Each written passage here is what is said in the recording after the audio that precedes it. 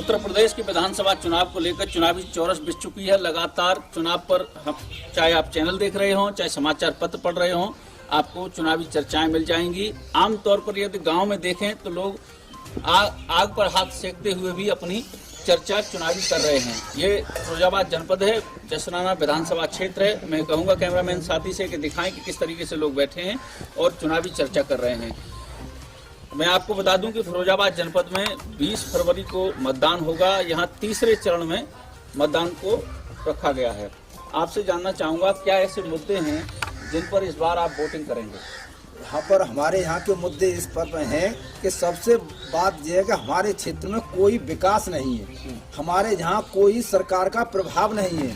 केवल हमारे यहाँ का तो केवल नाम वोट लूटने का ही सरकार का मत रहता है। उनकी वोट लूटने का मत रहता है। इस कारणवश हम लोगों का मत ये है कि हम चाहते हैं कि हमारे हित की सरकार बने, जो हमारे हित के बारे में सोचती रहे और विचार करके हम लोगों को आगे ऊंचे उठाने की कोशिश करें। मुद्दे क्या क्या हैं? जैसे शिक्षा की बात करें, स्वास्थ्य की बात करें, इस पर वोटिंग होगी। ये समस्याओं का कभी समाधान हुआ है?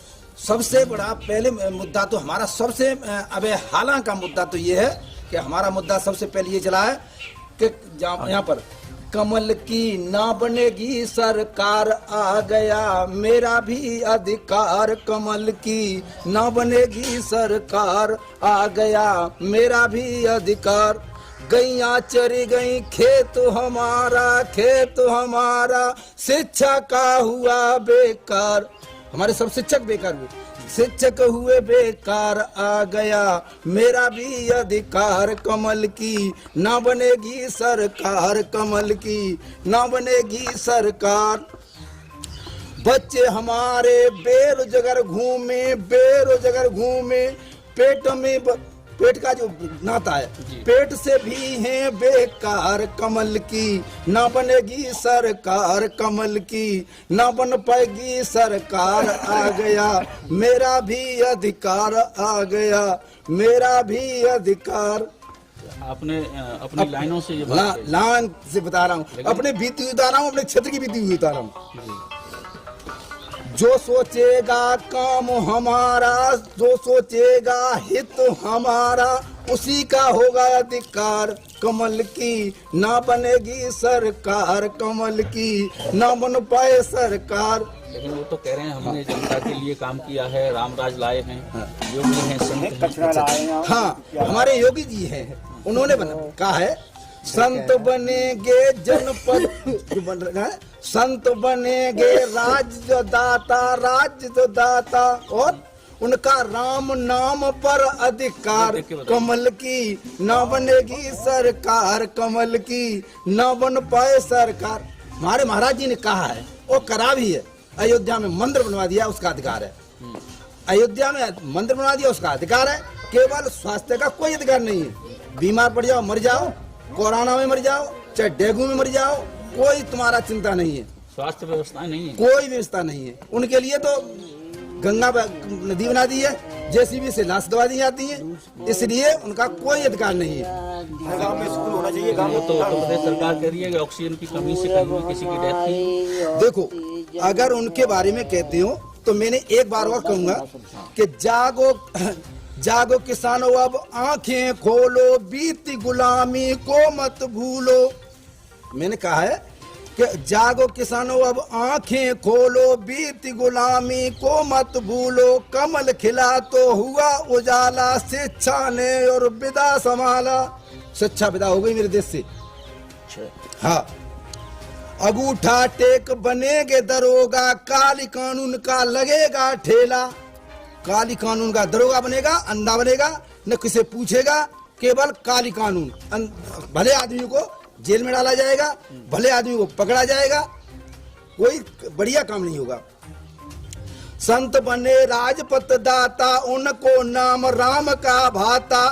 उजरी खेती रोता किसान, बेटी माँ बेटियों की जाती जान।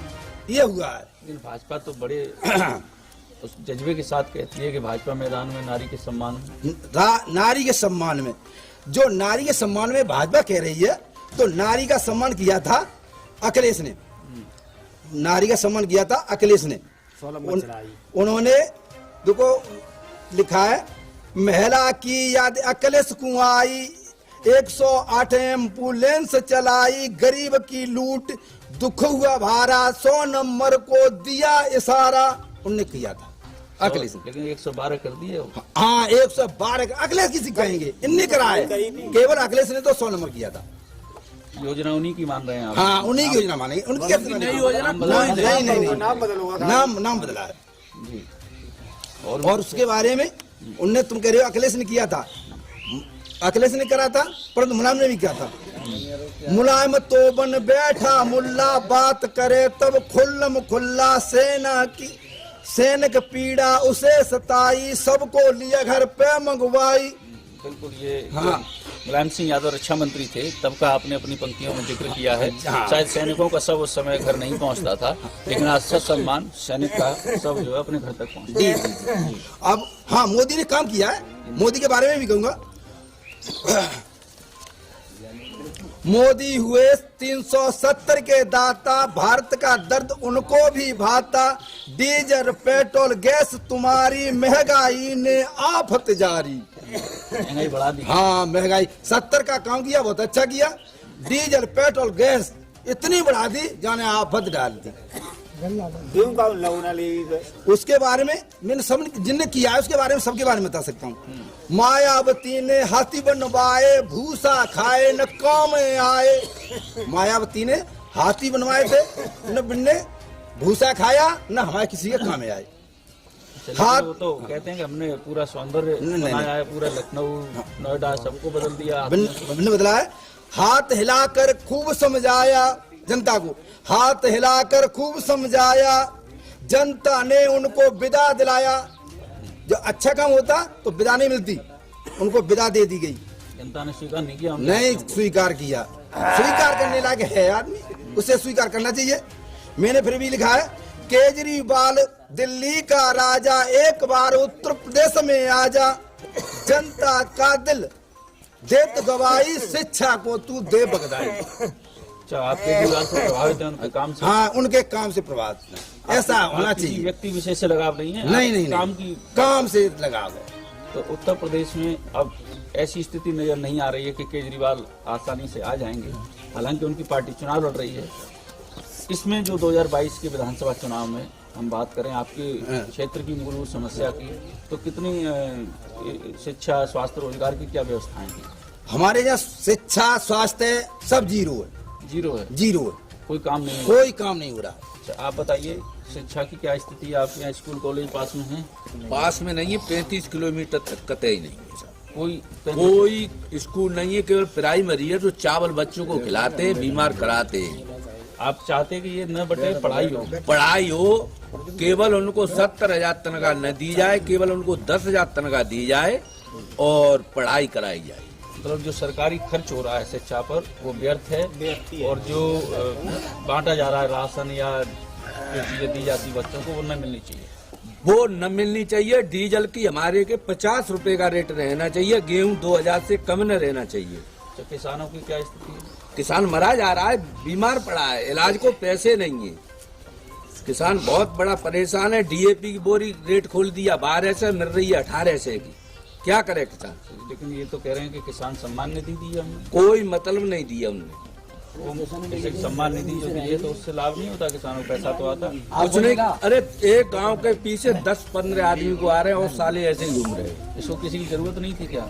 कोई जरूरत नहीं, केवल महंगाई घटाओ, महंगाई कंट्रोल हो जाएगी तो किसान बच जाएगा। किसान बच जाएगा। अगर महंगाई ऐसी बढ़ेगी तो किसान मर जाएगा। अभी आपने स्वास्थ्य की बात की, तो यहाँ कोई हॉस्पिटल नहीं है? कोई हॉस्पिटल नहीं है, कोई कतई नहीं है। कितनी दूर है? हमारे यहाँ भी सिटियों में तो जाएंगे, आराम से लाने में लगे रहो, खड्डी की गोली दे दो, चले आओ। कौन सा गाँव है? एक मौजा पतारा पूठा गाँव है। हाँ, पूठा गाँव से यदि हॉस्पिटल की बात करें, अभी कोई अचानक से किसी को परेशानी हो जाए तो कितनी दूर चला है? कम से कम 20 किलोमीटर। 20 किलोमीटर। देखिए, शिक्षा और स्वास्थ्य की अभी हमने बात की है, जो आदमी की मूलभूत जरूरत होती है। 20 किलोमीटर तक कोई भी हॉस्पिटलिटी व्यवस्था नहीं है, कोई भी शिक्षा का ऐसा केंद्र नहीं है जहाँ बेटे बेटियाँ पढ़ सकें। तो ये भविष्य तय हो रहा है उत्तर प्रदेश का और भी लोगों बीच में आ रहा हूँ क्योंकि आप हाथ सेक रहे हैं। ये बताइए राजनीति में क्या होगा उत्तर प्रदेश?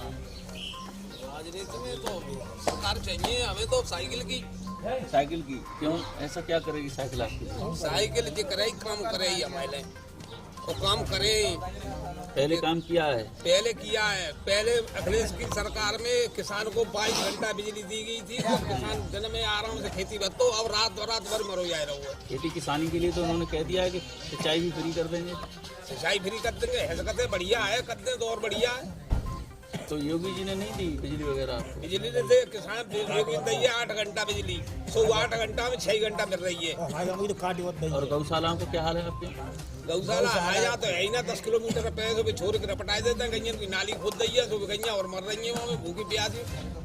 मतलब इस बार बदलाव चाह रहे हैं? बदलाव है ही हमारे यहाँ, तो बदलाव हुआ क्लियर। तो ये जसराना विधानसभा है जनपद फिरोजाबाद की, जो कभी समाजवादी पार्टी का गढ़ रहा है और इस बार एक बार फिर से लोग बदलाव के मूड में दिख रहे हैं। हालांकि 2017 में इन्होंने भारतीय जनता पार्टी के प्रत्याशी को जिता करके विधानसभा भेजा था। 2022 के नतीजे 10 मार्च को आएंगे, देखना होगा राजनीति का ऊँट किस करवट बैठता है।